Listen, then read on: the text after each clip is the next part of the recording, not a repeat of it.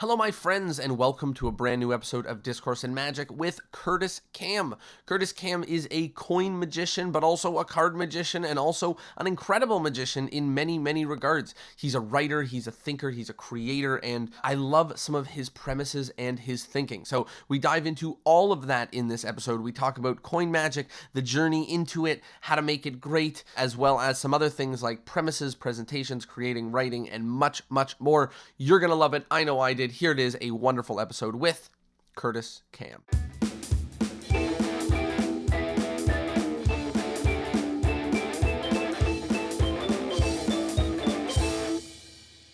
Hello, everybody, and welcome to Discourse in Magic. My name is Jonah Babbins, and we are here with the one and only Curtis Kam. Curtis, how are you? I'm well. Hello. I'm aloha from Hawaii. I'm looking out over my lanai right now, my balcony, and the ocean is clear and the sun is in the sky, and it is hot and miserable here. Wow. I am sitting at my desk looking out a window at the brick wall of the next neighboring house, and it's okay out here. It's kind of breezy, but it's still warm, but things are good. It's a good day, and magic is in the air, so it's definitely good news. How are you? How are things? Things are good. Things are well. I just did a show Saturday night at a camp for a bunch of campers and had a great time. I love it, and camps are definitely some of my favorite places to perform. Let's start at the very beginning. How did you get into magic? How did you get started? Okay, I thought about this, and I realized that as opposed to a lot of stories you probably heard, there was no magic kit to start. And I got started kind of late. I was 11 or 12 before I got seriously into it. I know Di Vernon used to say he started at 5, and a lot of my friends did start very young and then decided that they were just going to be magicians. But I think there's something to be gained from starting a little later. And certainly we know of people in the craft who started when they were adults. I started because I have a younger brother who was a little bit shy. And my parents thought it would be a good idea for him to learn magic so that he would come out of his shell a little bit. And they thought they would sign him up for magic lessons. And I would go with him to get him to the lessons on the bus and then help him with that. And I got interested by just seeing what he was learning and reading the books, which were horrible back then. We're talking early 70s in Hawaii. I mean, we're in the middle of the Pacific. There's really not very much. So it was just whatever you could find. Yeah. Jimmy Yoshida out here ran the magic shop and taught the classes. He did everything he could to promote magic in Hawaii. He was the guy who owned the magic store and put on magic contests so that people would buy the magic from the store. And then he was a tour guide, so he would take people on trips to go to the magic conventions, to go to the contests, hanging around the shop, learning from the classes and things like that. I just got interested. And I've always been kind of a nutsy, boltsy, sort of nerdy, analytical kind of guy. I was just fascinated by how these things worked. That's kind of how it went, really. So I'm just thinking about, did you feel like you had limited information as to magic or not really? Was there enough of a thriving magic community that you were learning from all the right places eventually? Yeah, okay, so Hawaii is a strange place. We are isolated, certainly back then, especially isolated from the mainland. So what that means in just about every field is that we don't have a lot of outside influences, but we do have a lot of playtime. And we have a tradition here among many of the cultures of a first birthday party where you throw this huge bash for your child's first birthday. And it's traditional to invite 300-400 people over to some hall and hire a magician. And he's going to perform for a big crowd. And the child of honor, the 1-year-old, is not going to remember any of it. But someone's got to be doing those shows. I know you've talked to Kainoa Harbottle, who is from here.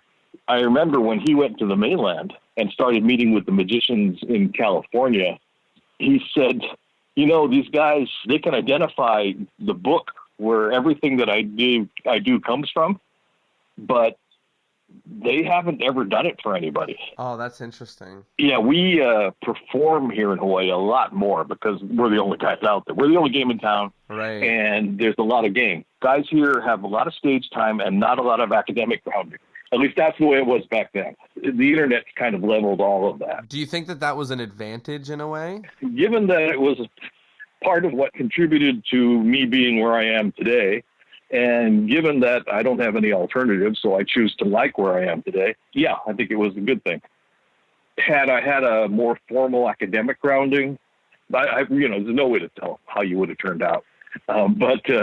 Yeah, I certainly enjoy the way I experience magic right now. It was conducive to being more creative. Right. And again, this is coming at it a little bit older than, having grown up with it entirely.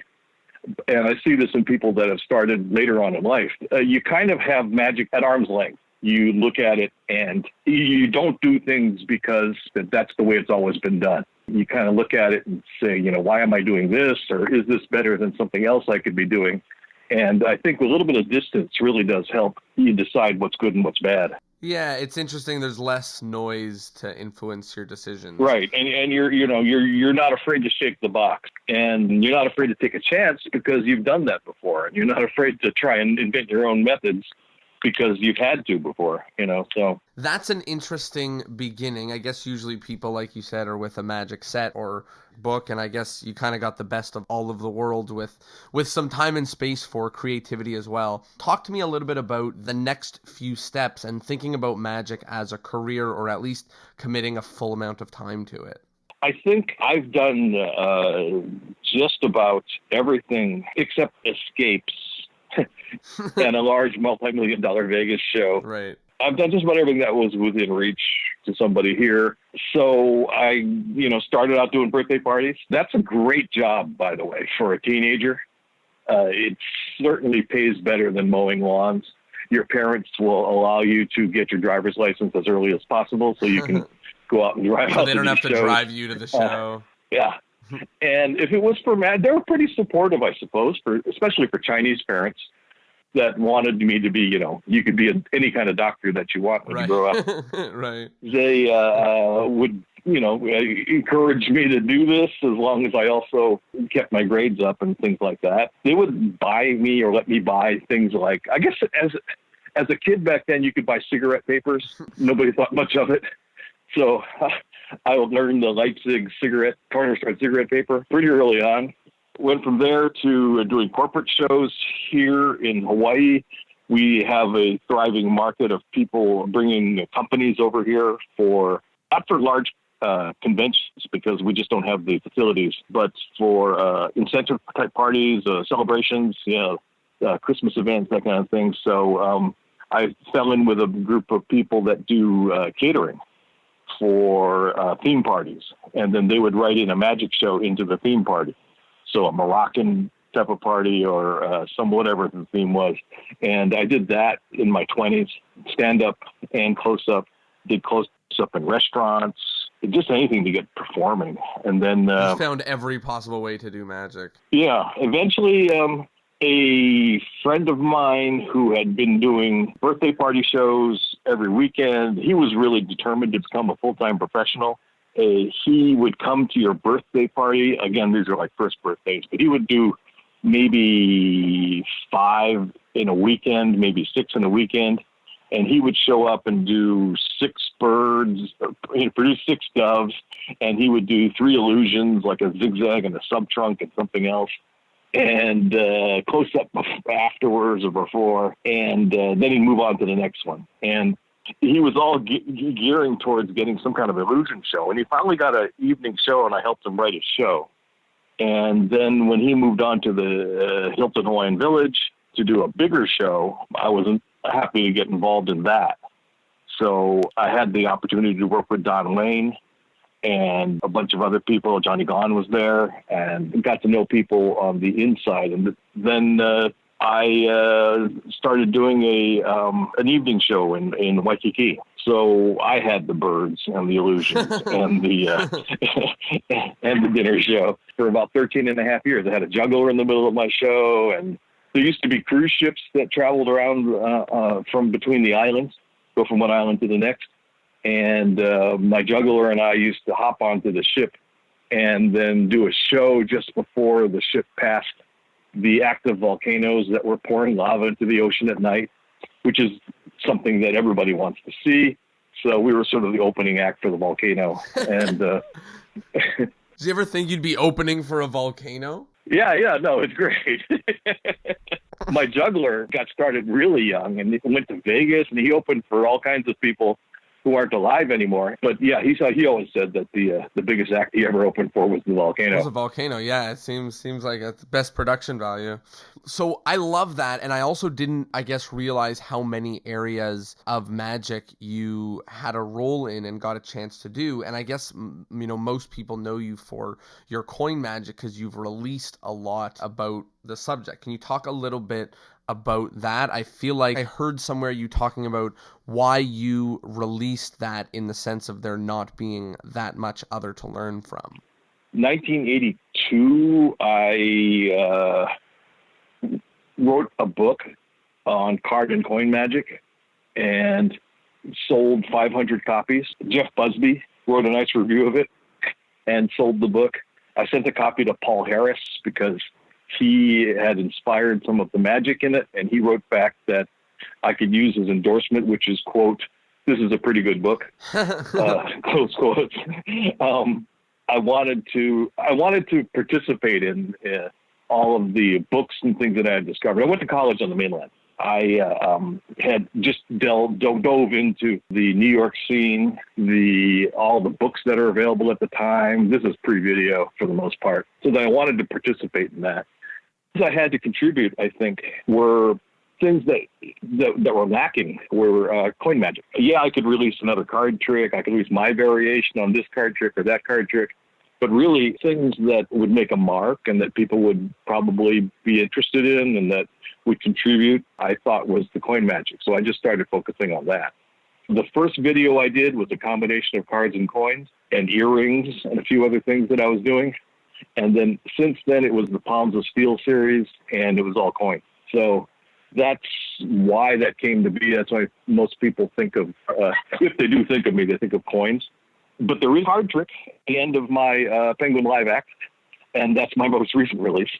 I do want to get that out there, that I do have some card magic. I don't think people should be surprised when I do that.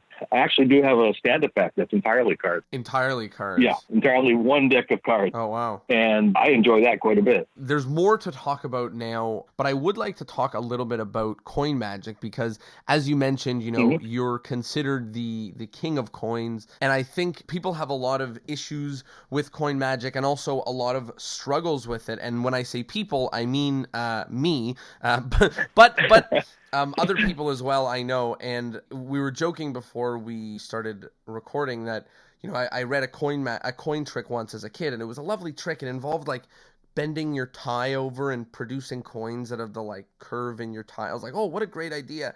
And then I started reading it, and it said begin by classic palming for $50. And I was like, what on earth is this? And different things like that felt like my step up from doing some coin tricks that were, I guess, store-bought coin, things that maybe little contraptions or things like that. So I never really found myself going into the world of coin magic, although recently I've been kind of tickled and interested by a lot of coin magic and kind of struggling to make the journey in. So can you talk a little bit about the welcoming into the world of coin magic and how someone might do that to make it the least bumpy of a ride? Oh, well, okay. I can tell you that I had a similar story when I was starting out. I picked up a book on card magic, and it wasn't by anyone whose name we would recognize today. And as a matter of fact, I don't even recall.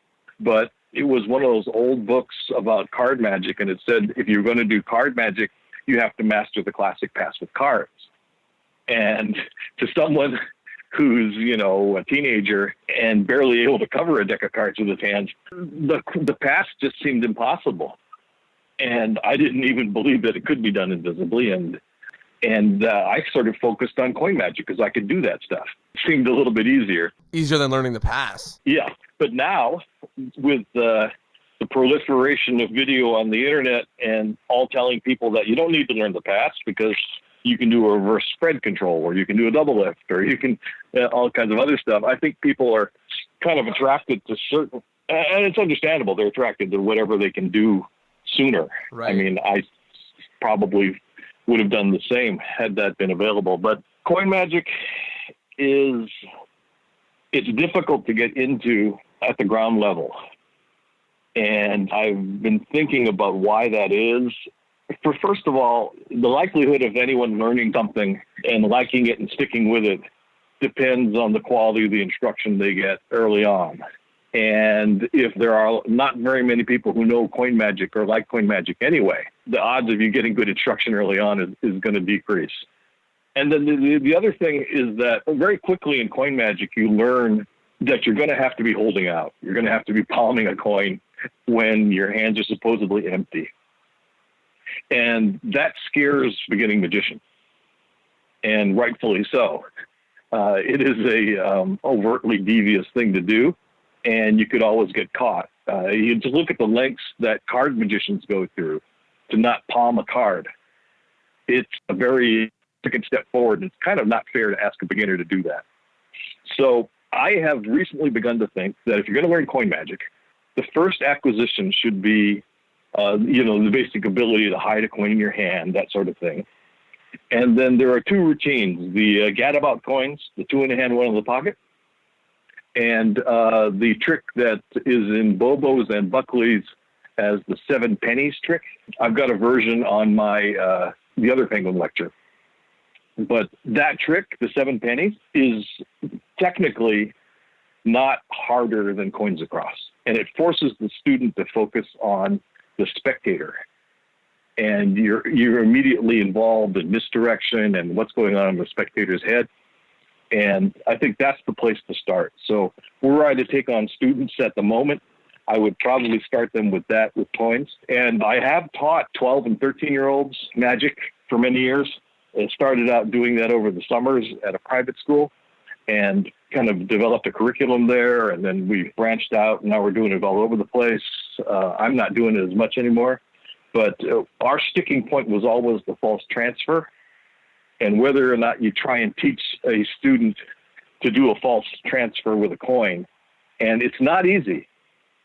I mean, we would have 5 weeks in the summer, and it was a close call whether anybody got it, because there's just so much to learn beyond just the physical mechanics of doing a false transfer. It can be done, but what we decided was that the first things we would teach with coins would not have a false transfer in them. Again, the 7 pennies trick, 2 in the hand, 1 in the pocket. You can routine that so that you don't do a false transfer.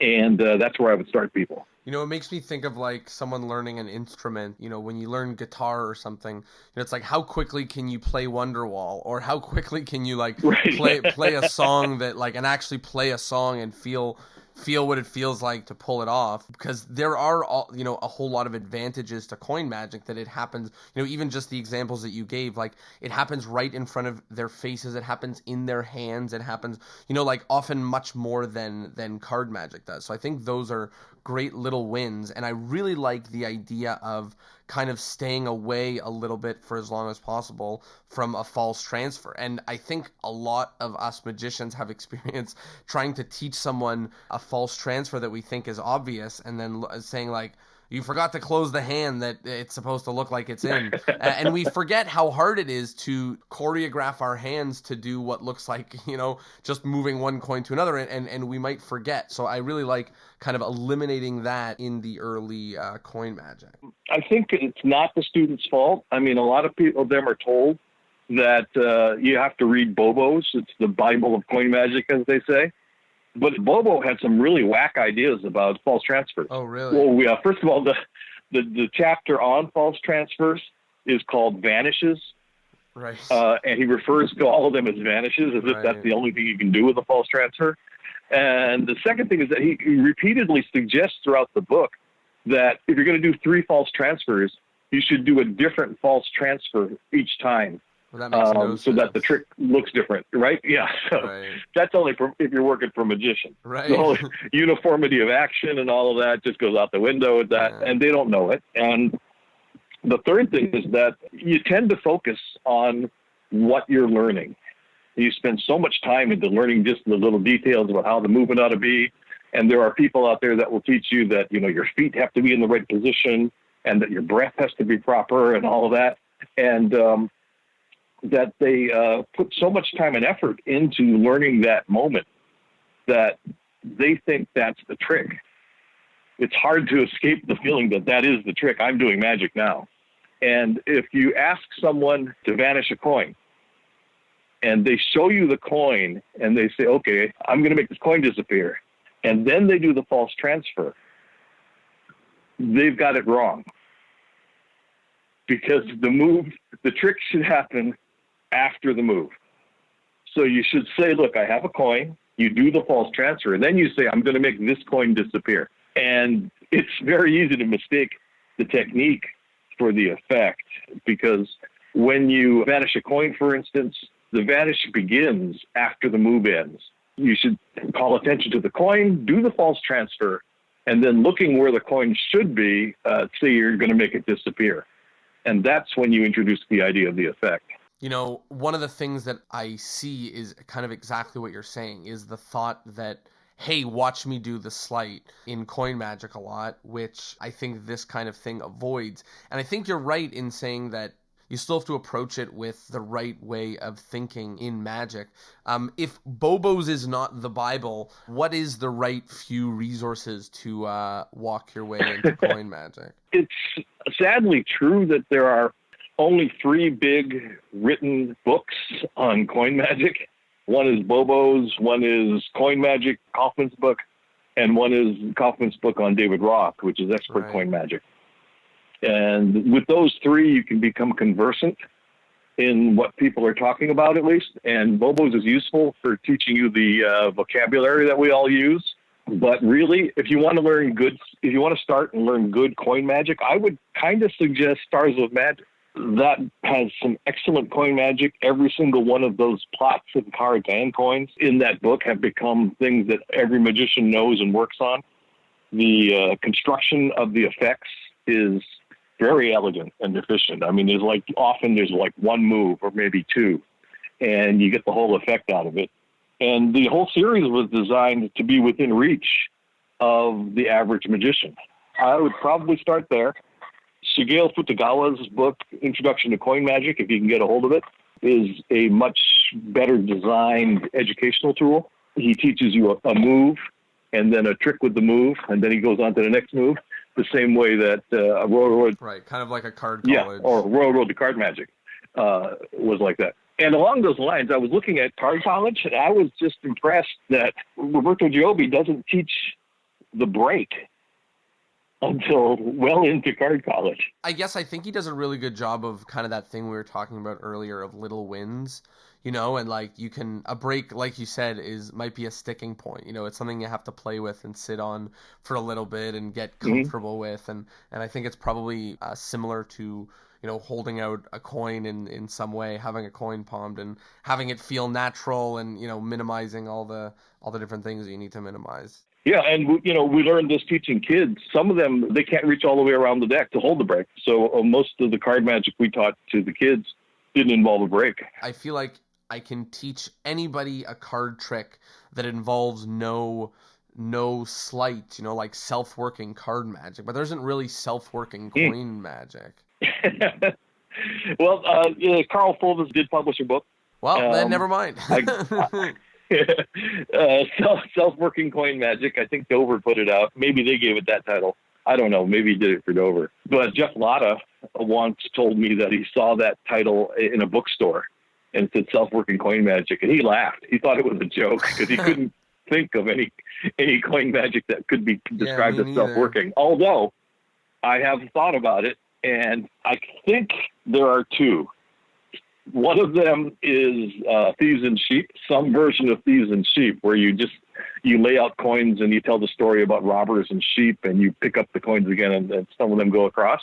And the other is, well, you need a gimmick coin, but I have a trick called inferential copper-silver, which uses a copper-silver coin, and that one is almost, I'd say it's certainly semi-automatic. Certainly there's no sleight of hand per se in it. Well, that sounds like my kind of trick.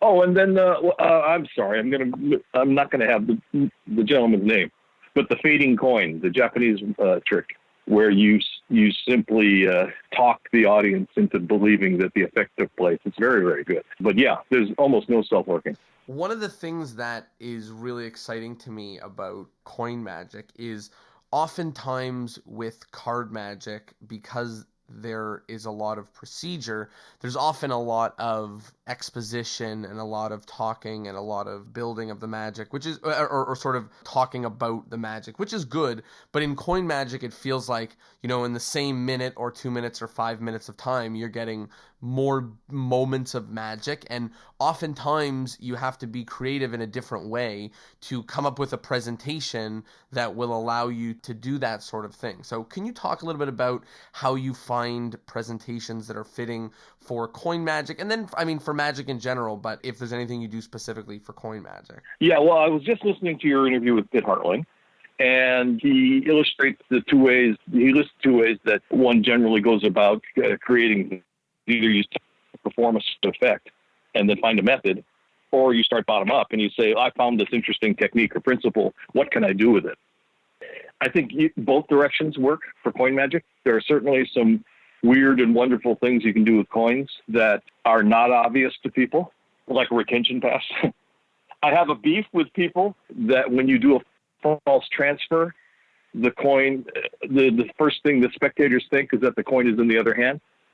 I can tell you that if you do a retention pass properly, that's not the first thought they have. At least my experience has been, I have fooled like groups of children with a retention pass. And I would do a retention pass into my right hand and vanish the coin. The first place they looked was not the other hand. They looked behind my hand. They looked up my sleeve. They looked in my pocket. They wanted to look in the other pocket. Nobody looked at the other hand because they saw the coin go into that hand.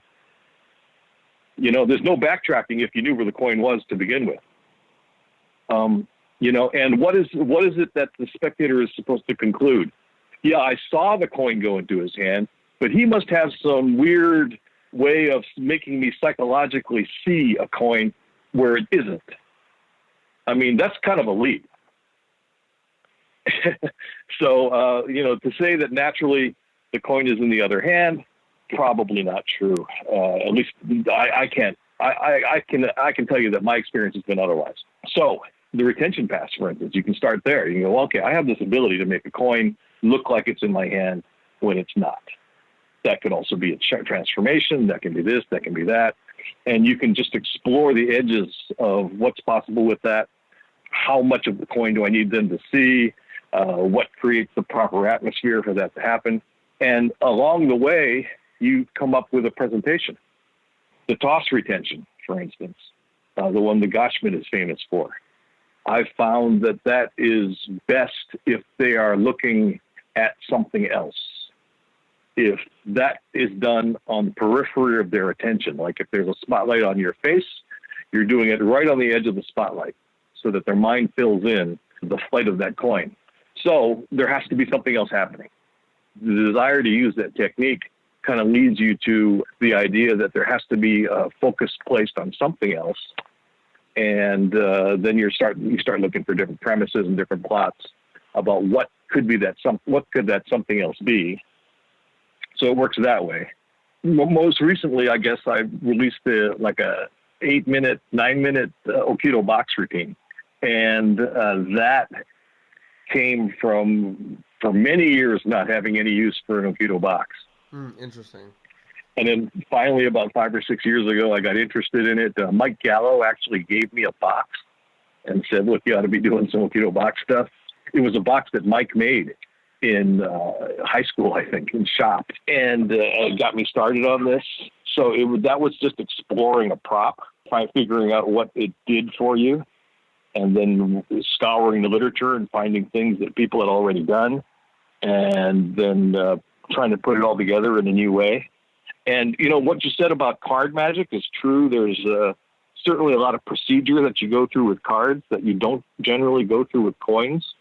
And I've tried to put some of that procedure back into the Aikido box routine because you can't have the coins shuffled, but you can have them examined. The same with the box. You probably can and should. There's probably jokes about the way people handle the coins that are similar to the... Right, you can slow it right down. Yeah, which are the same as the jokes you would do about how people handle cards. Right. And what they know about coins and all that. And, of course, Just like they're going to ask you, do I have to tell you the card I'm thinking of? They're going to try and steal your money. So opportunity for presentation, for comedy, for whatever. It's just that we have to start looking for them. I guess one of the highlights that stands out right there in what you're talking about is how much of what you do not exactly being, hey, watch me do this, which I think a lot of coin magic might be. But, it seems like even the way you're describing it, like you're describing the interactions, which is part of the thing that makes oftentimes card magic. Although right now we're kind of just, like popping these against each other, which is not necessarily the point, but just to say that avoiding a lot of the here, watch me do this, I think makes coin magic a bit better. That gets into a bunch of things. One of which is I've come to realize that there's really not that much wrong with, hey, watch me do this in the right context. Second of all, I came to the realization recently that I think I've been lecturing and writing about magic wrong, to the extent that I think magic lectures in the past and books even, well, I don't know about books, but magic lectures in the past have all proceeded from the premise that everyone in the audience wants to learn how to become a professional magician. I can remember most of the lectures I saw, Michael Amar and those guys saying, look, this is the kind of material you need if you're going to work in a restaurant, if you're going to work parties, and if you're going to put on a professional show. You need to learn scripting, and you need to learn prop management, you need to have a business card, blah, blah, blah, blah. It turns out that that's not true. People become involved in magic for all kinds of reasons. People have all different kinds of uses for it. And most of the people in the audience of a magic lecture are never going to be professional magicians. Or they might be part-time pros at best, but they're not going to be full-time. And their use for magic is different. The requirements of the kind of magic they perform is different. And frankly, if you're performing for your friends and for people you meet, your presentation is that you're an ordinary person who does some really weird things. Hey, look at this is probably okay. Anything else would seem kind of weird. It's kind of like you and your friends are all standing around telling jokes at a bar, and then one guy launches into 45 minutes of prepared material. It's just kind of creepy and desperate. I think we're starting to rethink one of the functions of magic these days as something that amateurs do as a social skill. That's perfectly legitimate and kind of fun. Just on that line, which is really, really funny, I recently heard someone say something, a non-magician to another non-magician when I was there. There was a deck of cards on the table, and they handed the deck to one non-magician handed the deck to another non-magician and said, hey, do you know any card tricks? And what immediately came to my head was like, yeah, I guess it is kind of like knowing a joke. Someone says like, hey, do you know any jokes? And you're like, yeah, I know this one. That is a perfectly natural and reasonable relationship for many people to have with magic. And it's just not something that I think about all the time, that someone can be like, oh yeah, I know a trick, and like do the 21 card trick. It's the equivalent of them knowing a knock-knock joke or two and just keeping it in their bank of things they know. Yeah, absolutely. I think that's certainly a skill. A social skill, and everybody ought to know at least one or two card tricks. I think somebody just released a book, David Acker maybe, on magic to do as a grandparent. Oh, that's interesting. If you want to be a great grandparent, you really ought to know how to make a coin appear behind your grandchild's ear, that kind of thing. Yeah, so it's life skills, and that's great. But I think what we're talking about here, apart from this long tangent, is that if you are going to be presenting magic for an audience in a professional setting, or a formal setting at least, but a formal presentation in front of people, you have different expectations. And one of those is it ought to be either entertaining, or you ought to at least communicate an idea. To get to your question about presentation, I tend to start with the idea. What do I want to say? What would be appropriate? What would this audience want to hear? Or what should I tell them? And this is something that's causing me a little bit of concern. When I start with that kind of thoughts, it very often becomes me talking about magic itself. And I don't mind it being that, but I don't want the act to be entirely that. Right. I think that's probably one of the most interesting things you can talk about as a magician. I got to assume that the audience came to see you because you are a magician. So for you to talk about magic is you addressing the commonality in the room. That's what we all have in common. but it should certainly go from there. So my current stand-up show is all about secrets. And I use that as a premise to do some magic and reveal some secrets about magic. And then I give the audience some secrets. I have a trick where they decide whether or not they want to see how the trick is done. And they keep secrets from each other.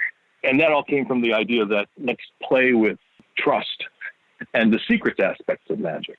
That also came from a technical condition that I put on the act. And that's that all of the magic has to look like there are no visible props. You don't bring a cup or a deck of cards or anything to do magic with. It's the things that everybody has on them. That's cool. So it looks almost impromptu. And that's something a lot of guys have aspired to over the years, and something I've tried before and then ultimately decided it really wasn't worth all the effort, and that people would just kind of wish you'd get on with it. But I'm beginning to find magic that's much better because there are no artificial props. Right. Yeah. So the act now doesn't suffer for the lack of things like cups and balls. And I think maybe previously it did. Just to touch briefly on one of the things that you said earlier that I've been thinking a lot about is, what the magician is talking about and the idea of talking about magic as a subject. I've been thinking about it a lot recently, and just, kind of the approach that I've come to about the magician talking about magic is that as many people around the globe are experts on different things, a magician is an expert in a small subset of things, which is sleight of hand and perception and knowledge of things and aware, all of these different ideas. And I do think that us talking about it is good. I think that's what people are interested in when they hear or think about a magician, is exploring those ideas. So if we are going to speak, I don't think it's a bad idea to talk about ideas that are kind of related or overlapping to the world of magic. So just because that's something I've been thinking about recently, I love that thought. I think we have a lot of things to tell the public.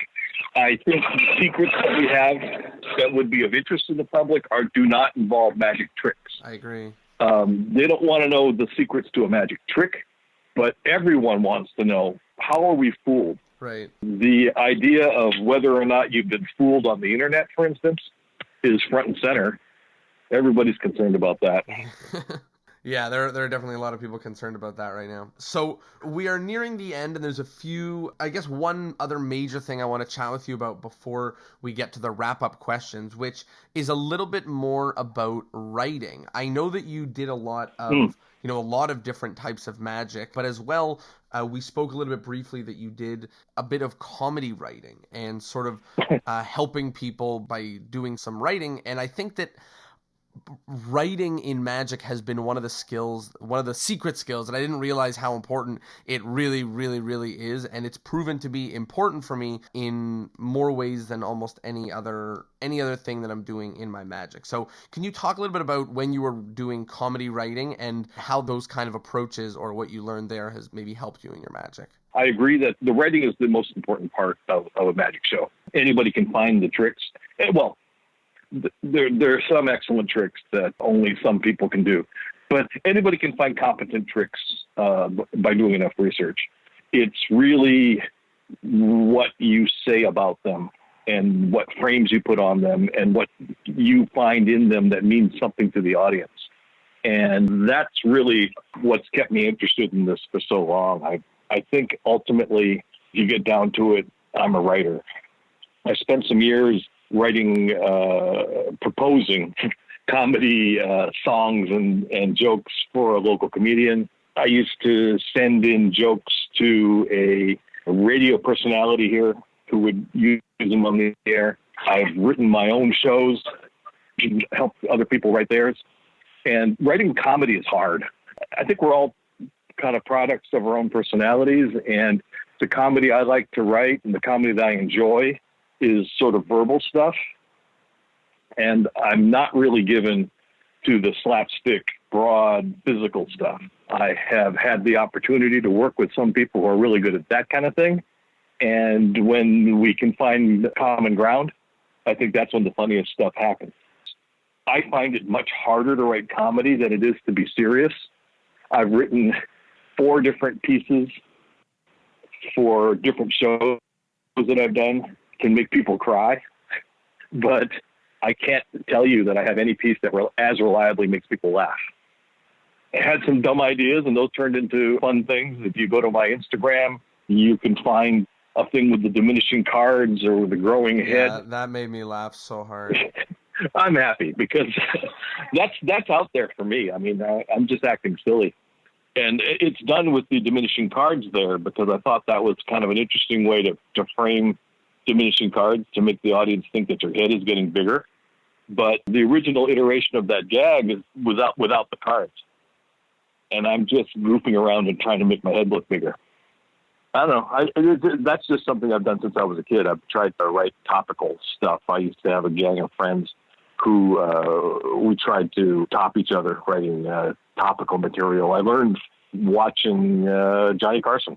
You know, I guess one of the things that interests me a lot about watching your material is the variety in presentation subjects. You know, one might be a story with 4 people on an island, you know, which is a joke, but then other things come to mind where it's not really a joke, you know, it's kind of like magic that's serious and hyper real. I think one of the challenges that I have in my own magic is building that variety. I mean, it's easy to see variety in effect and variety in like magic, but it's much harder to see like variety in presentation, especially when you're playing the same character and are the same person. So I guess that's something that sticks out to me. Do you have any wisdom about that? No guarantee on wisdom. I can tell you that I hate the blank narrative presentation where, especially in coin magic, this is very, very popular, where the magician simply says what's happening, right, as if the audience was listening on the radio.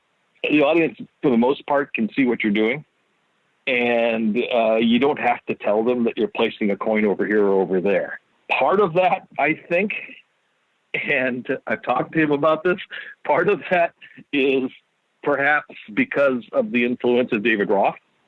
His presentations have always been very specific, and he has always stressed exactly what he was doing and where each coin is and how many coins there are and what he's working with. That's, I think, partially because of his personality and partially because of the nature of some of the effects he's doing. I mean, obviously, if you are trying to convey the idea that you have a functioning portable hole in the stage on your table, you're going to have to be kind of specific about what is and what isn't real. And David was doing some very surreal stuff very early on for audiences that weren't ready for it. So I think a lot of his presentation comes from that, but I see too many people taking that as the presentation they're going to use for all their tricks. And just the desire to avoid ever doing that is a strong motivator to coming up with a presentation for the coin magic. I think it's rare that just coins vanishing is ever the actual effect. Right. Usually a vanish is more interesting as a transformation or a transposition. Instead of looking at the trick and then trying to figure out what the presentation has to be for that trick, I think it's more fruitful to look at the coins and your techniques as a tool for expressing an idea. They are your pen and paper. They are your paints and your canvas. And then if you have an idea that you want to convey, then you can figure out how best to express that with the multitude of techniques that we have available at our fingertips and the possibilities and all. Or if you just have an idea or a prop that amuses the heck out of you, that's certainly the way to go as well. I mean, I'm sure David Roth's The Globe, the little globe on top of a pencil sharpener, I'm pretty sure that one started from the prop. You know, he's looking at that thing and going, this is funny, this is weird. What can I do with this? Sometimes you get just fascinated with a goal, I guess. I do this trick on the Penguin Live Act where I melt coins into a silver drip. And that's been something that I've been working on for years. And it's gone through many different iterations. It's very hard to know how to get into and how to get out of that moment in an artistically satisfying way. I mean, you can't just put that drip in your pocket. It has to, do something. And it has to have something to do with what you're doing. The first thing you would think of is fire, because you're melting the coins. And then it turns out that at the Magic Castle in many places, you can't use fire anymore. and you can't travel with a fire purse, which was one of my other ideas on an airplane. I started looking at, the coins are becoming liquid. So now I do the effect with mist and rainwater and talk about the coins as being an analog to water and rain. Sometimes it's just sticking with a plot or an effect until you find the right presentation. I think a lot of people have said that the way to have an interesting presentation for a magic trick is to have an interesting life outside of magic. Right. And that seems like a rather poor excuse for having a life. I think having an interesting life is probably its own reward. Yeah. But I think if you can bring something of yourself, something else you're interested in, into magic in a way that's interesting to other people, that's the way to go. But I found a lot of material in asking myself, what in this magic trick would a layperson find interesting? And almost just looking at the magic and thinking like, what is fun here? What is amusing here? Whether for you to dive into or for them to enjoy. Like, I think just trying to be open to what amuses you is the way that you can find parts that are the most fun for you. And that might very well be what's the most fun for your audiences as well. Yeah, you do have to check it. You do have to say, look, is that just me? Right. Yeah. Or can I make other people interested in this? That's actually been the point of some of the new pieces that I have. Is what can I make this? There's this trick by Carol Fox called Polka-Cola. And Mike Close has talked about this in one of his workers' books. The idea is that you use the cigarette through quarter gimmick, and the spectator holds a quarter across the mouth of a bottle. And you push a cigarette or a pen through the quarter, and it goes into the bottle.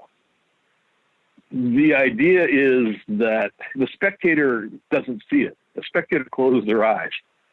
So she's holding the bottle, she's holding the coin, and the pen goes in the bottle. She has no idea how it happened. But anybody watching could, sort of.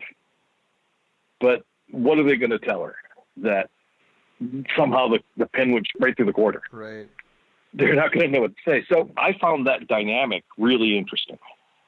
I spent a lot of time talking to guys that do this professionally all the time, and what they're looking for is moments. That moment or situation where everyone's got kind of a dilemma in front of them, think about this. What do I tell the person on stage when she gets off stage? Do I like this or not? All of that.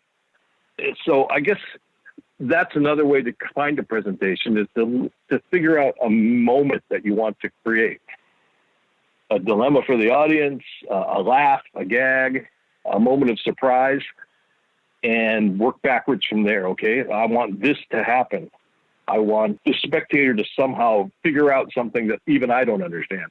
And then how do I make that happen? How does it play out? How do I set it up? And that part is kind of fill in the blanks, but you have to have that initial spark. I like the approach, and I also think sometimes that kind of inspiration of what moment it is that you're going for can come from anywhere. You can, oftentimes what happens for me is I see a moment in what someone else is doing, and that's the first step in it being something in what I'm doing, right? So you get that inspiration from loads of different places, and some moment you might see somewhere might turn into something really big or something really little in what you do. So I love that idea of focusing on moments. I think that's great. I'll tell you that one of the things that I found really fruitful is to watch other magicians. Yeah. And I'm sort of playing along with them as they're on stage.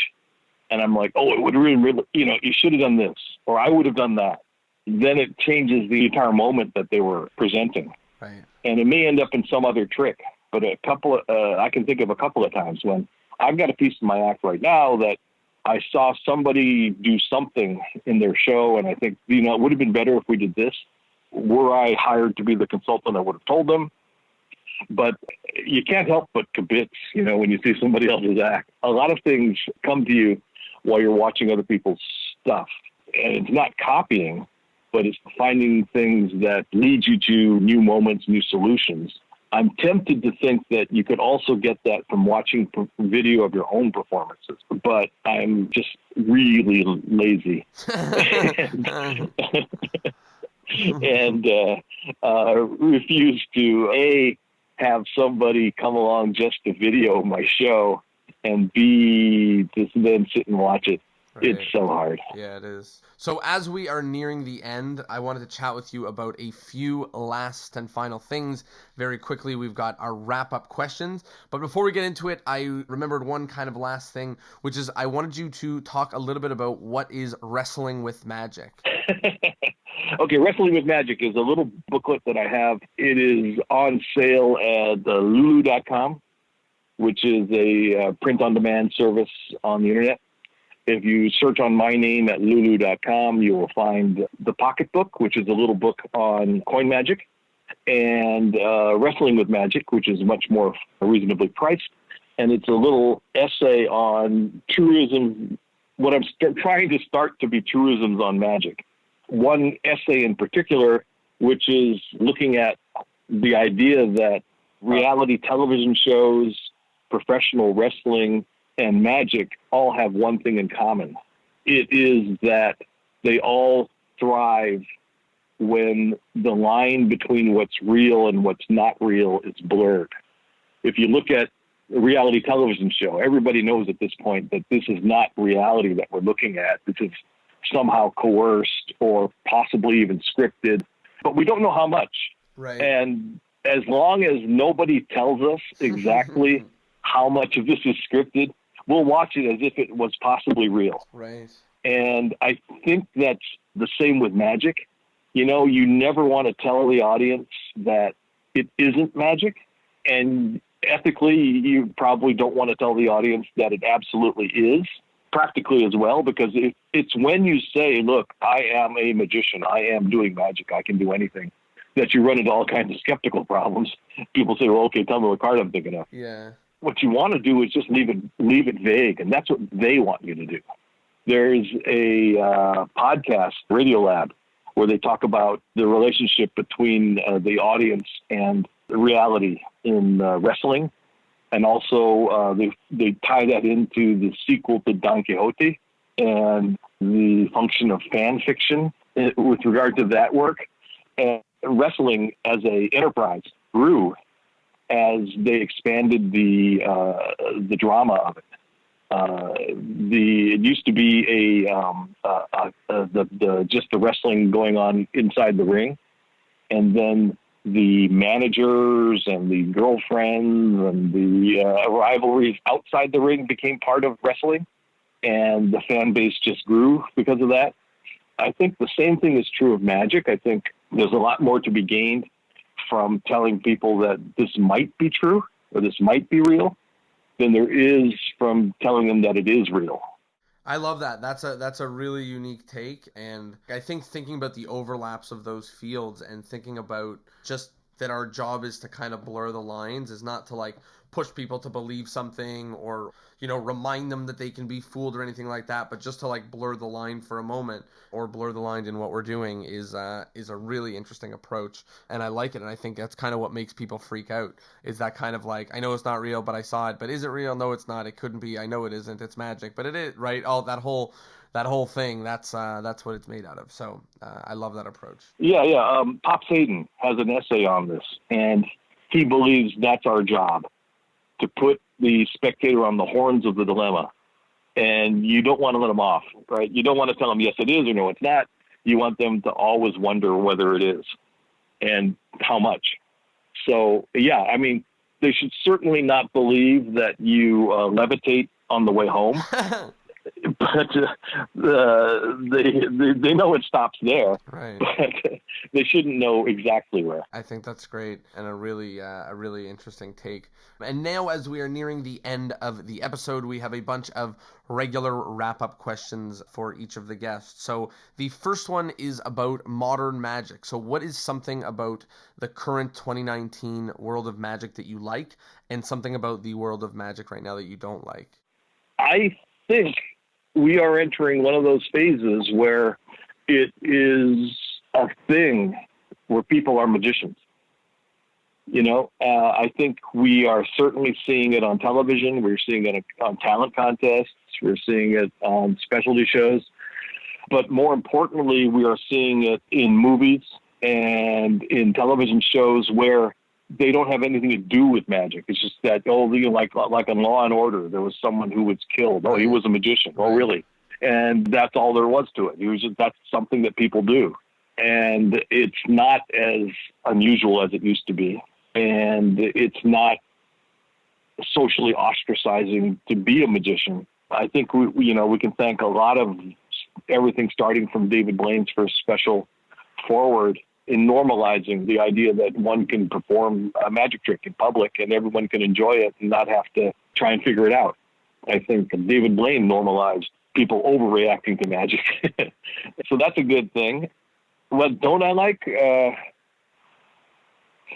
got to tell you, I'm pretty happy with magic right now. I can tell you, I also like the fact that we are seeing magic moving out of restaurants and into theaters.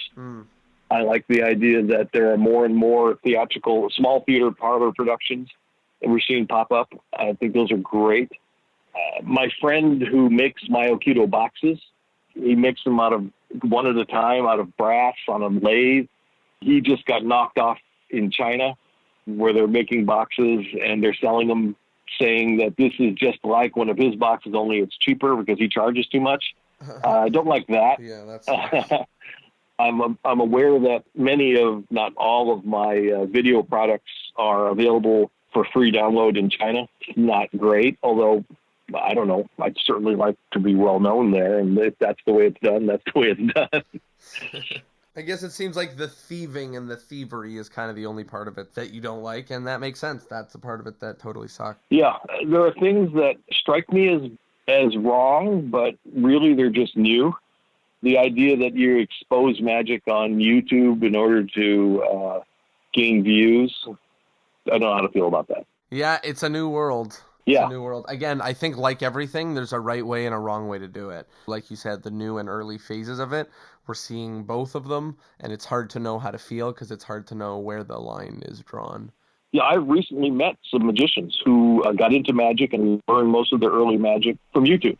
Yeah, I think like you said at the beginning, the internet is the great equalizer. Yeah. And we can see that now. It doesn't matter where you live, and there's people teaching everything. So I think it's a feature, right. A feature as well as a bug. The next thing is the endless chain. So in order for the podcast to go on for eternity, each guest is asked to recommend another guest who absolutely must be on the podcast. So who must we have on an episode to talk magic? Oh, well, I mentioned Pops Hayden. If you haven't had Whit on, That'd be great. He has an awful lot to say if you can get him to say it. He's terrific. He's the first person who pointed out Jean Hugard's argument that Erdnase wasn't all that, and some other ideas about what the role of a magician is and what good magic therefore is and what good magic isn't. He'd be great to talk to you if you can get him to talk to you. Great recommendation. I will definitely reach out. The next section is the take-home point. So people have been listening to us talk about magic and in-depth details for over an hour now and heard lots of different bits and pieces of wisdom. If you're to hope that people come away with even just one idea, what would that idea be? It's okay to be an amateur. It's okay to do magic that's not like what the professional magicians do. Just do what you do with the same passion. It can be just as interesting, just as innovative. Gabby Perez says that it's the amateur who has the freedom to be an artist, and I would embrace that. I think one of the highlights for me in what you've been talking about is kind of a reminder to explore and enjoy the, going down the rabbit holes of the things that interest you.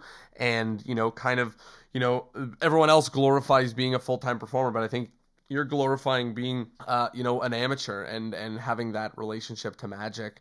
And I think it's a great one. So that's a big highlight for me, and kind of the ability to think about your magic and dive deeply into whatever avenue is exciting to explore. That was a big highlight for me. And the last section is plugs. So where can people find you and where can people find some of your magic? All right, we are in the great experiment phase of my stuff. I have recently done a penguin live act where I'm doing the world's longest Aikido box routine, the puka stick, and a card trick, and this opener where the coins melt. That is only available on download because I'm told that in certain areas of the world, people don't like DVDs anymore. It's all download, and I don't have the platform to provide that to people. but Penguin does, and they're fine people, and they do a great job. So I would direct people there to find my latest release. Also, the Penguin Live lecture that I did prior was there, and some of the DVDs that I did early on are available either as DVDs or downloads. Lulu.com. It's got the Wrestling with Magic book.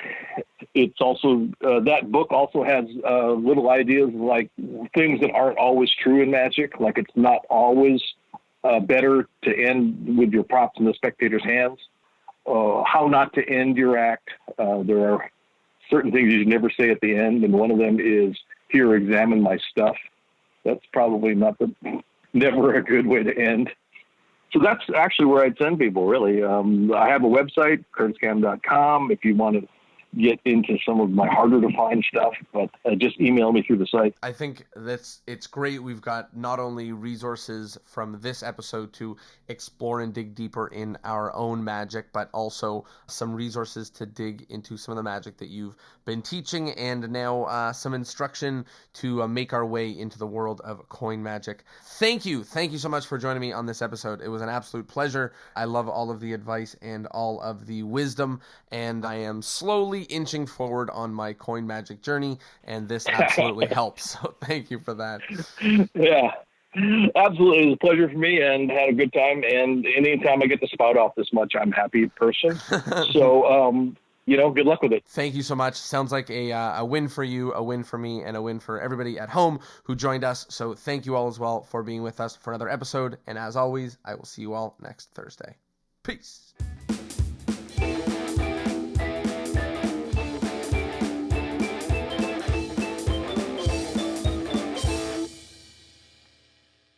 Well, there you go. I hope that you liked the episode, and I hope that you learned something. As always, please spread the word and share this with someone who you think might enjoy it. You know it means the world. And as always, thank you for being here, and I'll see you next Thursday.